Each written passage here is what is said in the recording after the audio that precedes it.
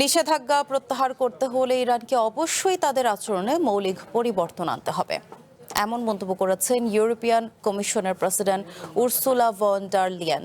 তেহরানের সঙ্গে ওয়াশিংটনের চুক্তিকে স্বাগত জানিয়ে তিনি বলেন, মানবাধিকার লঙ্ঘন এবং গণবিধ্বংসী অস্ত্রের হুমকির কারণে নিষেধাজ্ঞা এখনই উঠছে না।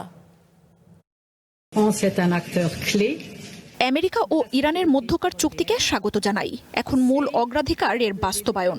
আমরা আশা করি এই চুক্তিটি ইরানের পারমাণবিক ও ব্যালিস্টিক ক্ষেপণাস্ত্র কর্মসূচির অবসান ঘটাবে। আমাদের নিষেধাজ্ঞাগুলো মূলত মানবাধিকার লঙ্ঘন এবং গণবিধ্বংসী অস্ত্রের উপর ভিত্তি করে দেয়া।